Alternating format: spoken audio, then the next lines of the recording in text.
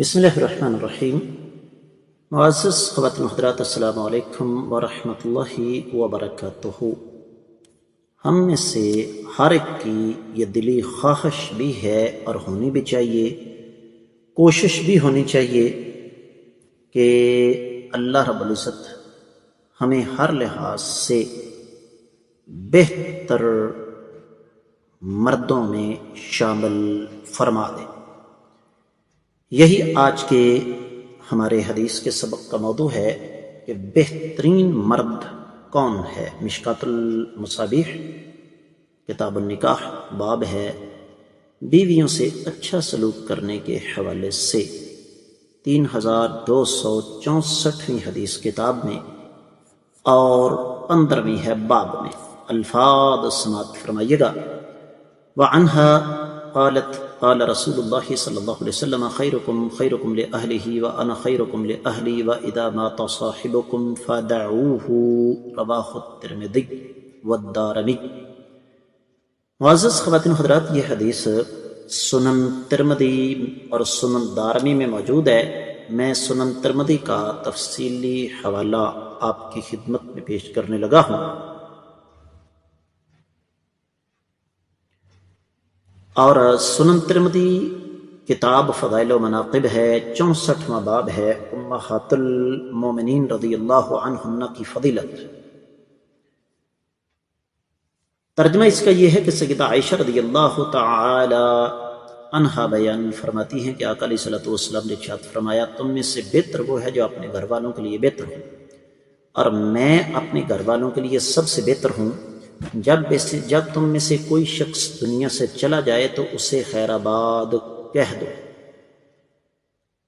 یہ حدیث جیسے میں نے آپ کو بتایا کہ سنن ترمذی میں ہے، مسند احمد کی 6 جلد کا 180واں صفحہ ہے، سنن نسائی میں 1938 ہے، اور اس حدیث کے مفہوم کی حدیث صحیح بخاری میں بھی 4899 ہے۔ معزز خواتین و حضرات، یہاں پر سوال یہ ہے کہ کائنات کے امام صلی اللہ علیہ وآلہ وسلم نے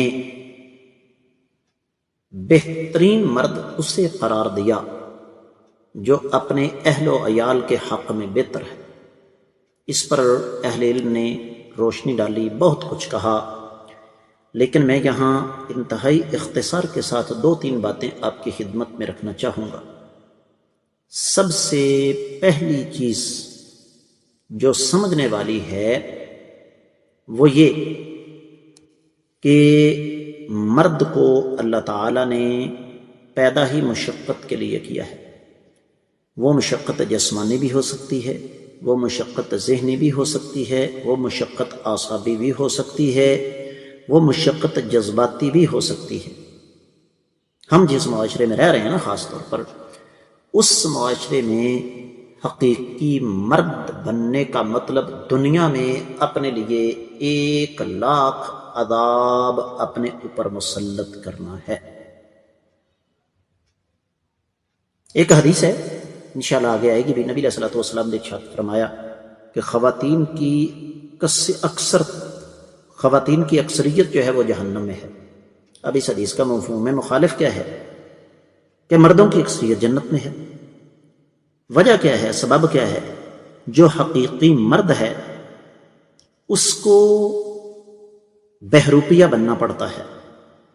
باہر سے جتنا مرضی تھکا ہارا آئے، اسے گھر کی 4 دیواری میں داخل ہو کر اپنی بیوی کے ساتھ پیار محبت سے بات کرنا پڑے گی، اس کو اپنے بچوں کے ساتھ بچہ بننا پڑے گا، اس کو اپنی بیوی کی دن بھر کی بات سن کر اگر کوئی مسئلہ ہے تو اس کو زیر بحث لا کر اپنی بیوی کی دلجوئی کرنا پڑے گی، اس کو اپنی بیوی کے جذبات کا خیال کرنا پڑے گا۔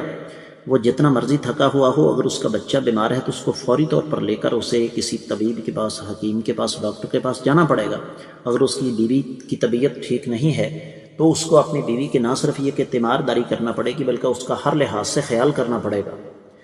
وہ باہر سے جتنا مرضی اس کا موڈ خراب ہے، اس کو اپنی بیوی کے ساتھ، بچوں کے ساتھ ہنس کر بات کرنا پڑے گی۔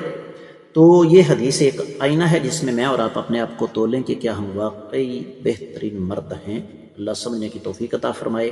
اجازت دیجیے، السلام علیکم ورحمۃ اللہ وبرکاتہ۔